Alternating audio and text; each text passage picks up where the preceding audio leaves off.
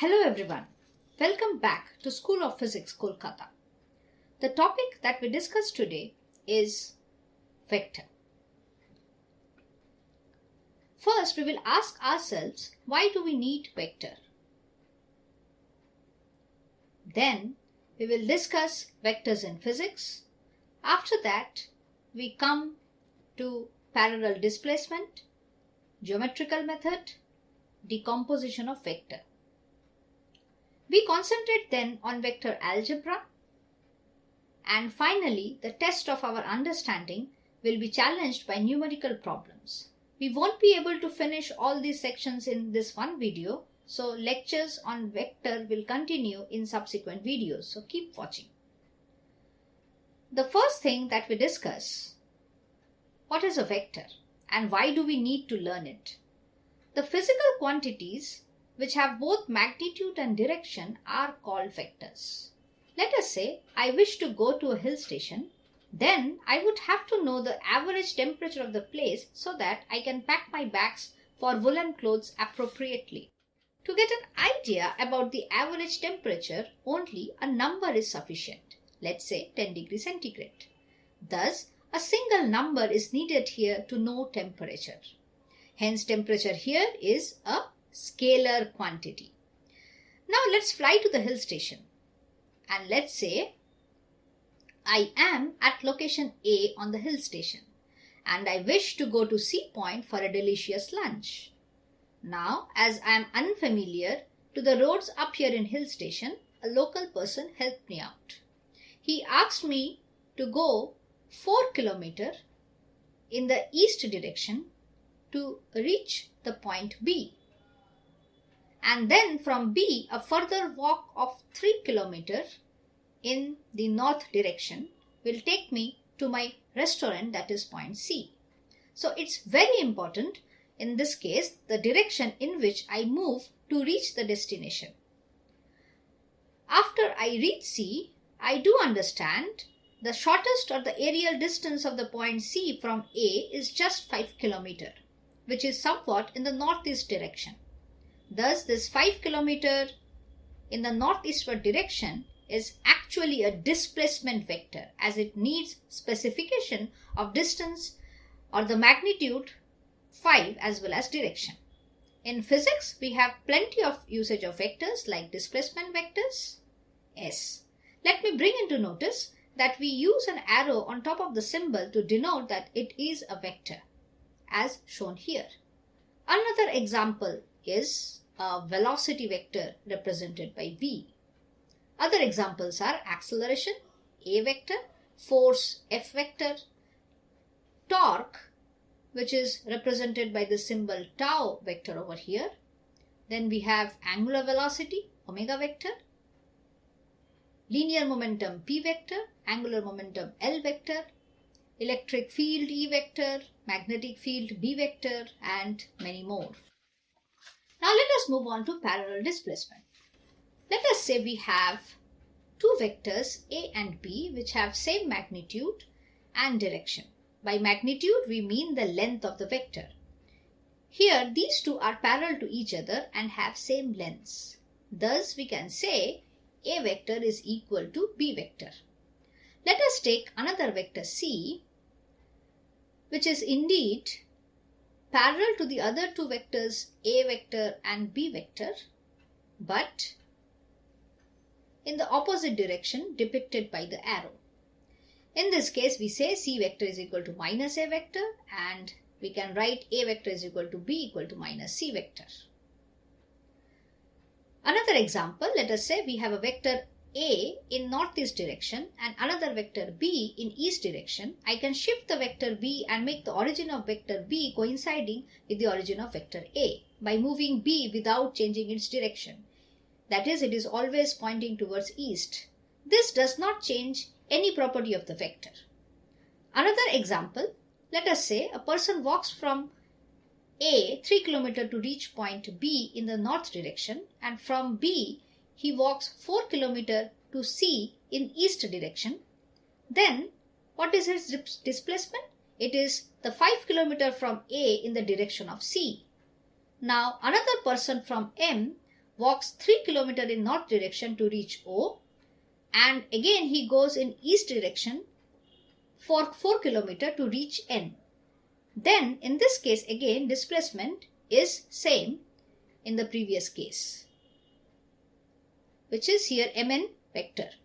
Thus AC vector is equal to Mn vector, AB vector is equal to Mo vector, and BC vector is equal to On vector respectively.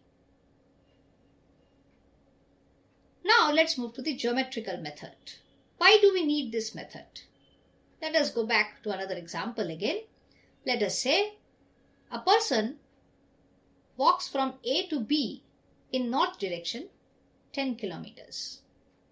And then again in the same direction, that is the north direction, he walks 4 kilometers to reach C. Then in this case the displacement vector from A to C is 10 plus 4, that is the 14 kilometer as shown by the AC vector. But let us take another case where again the person starts from A to the point B 10 kilometers, and then now instead of walking in the same direction, he walks from B to D in the northeast direction by 4 kilometers. So in this case, what is the net displacement vector? Is it again 10 plus 4? No, unlike the previous case, in this case, as both the displacements are not in the same direction, we just cannot add them up. And that is why we need addition of two vectors by geometrical method. So there are few popular laws. One of them is called the triangle law of addition, and another is called parallelogram law of addition. Triangle law states if two sides of a triangle represent the two vectors correspondingly in the same direction, then the third side taken in the opposite sense or in the opposite direction is the resultant of the two previous vectors. Let us illustrate with a diagram.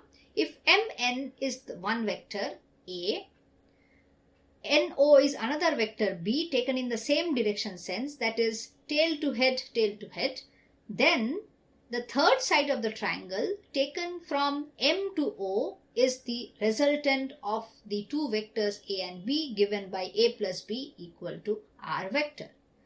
Now let's go into the statement or the explanation of parallelogram law.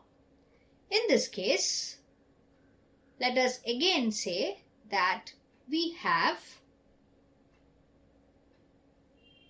a PS vector which is B vector, and this time let us say I have another vector starting from the same point P, which is the PQ vector denoted by A vector.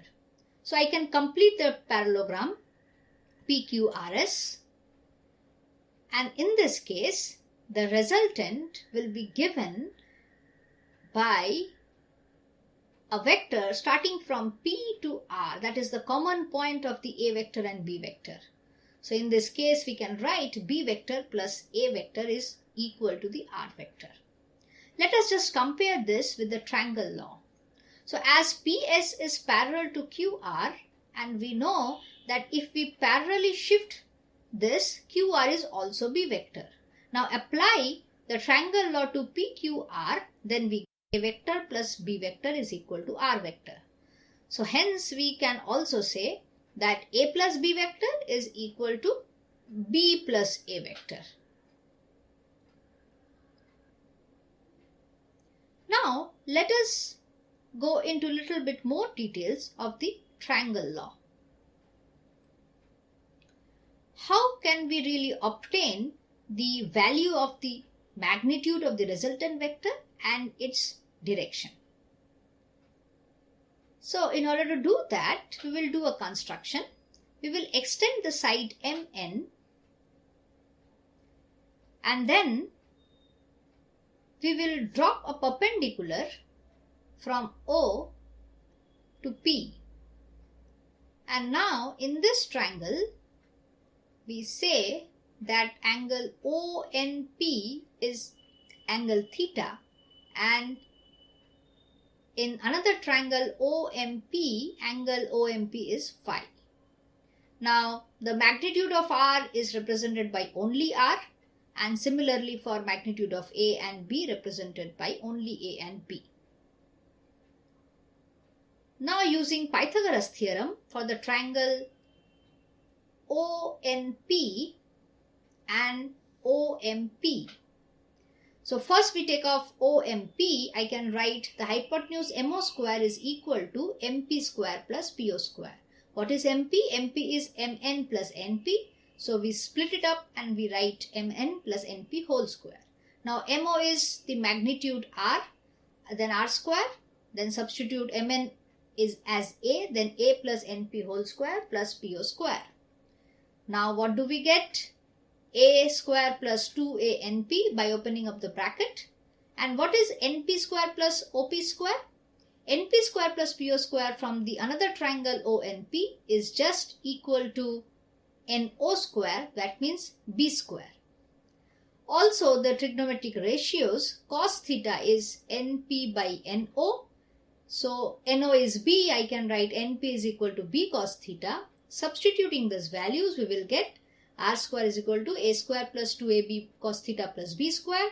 Taking its root will give us the magnitude of the resultant vector R. Then in order to get the direction of this vector, so here we will calculate it with respect to the first vector A, that is we will calculate angle phi. So again we look up the trigonometric ratios. NP is equal to B cos theta, PO is equal to B sin theta. So we will take tan phi in the triangle OMP, it is equal to PO by MP. So tan phi, what is MP? MP is MN plus NP. So PO is B sin theta divided by MN is A plus B cos theta. So phi is equal to, taking tan on the other side, it is tan inverse B sin theta by A plus B cos theta. So these two formula are very important. That is for R and phi.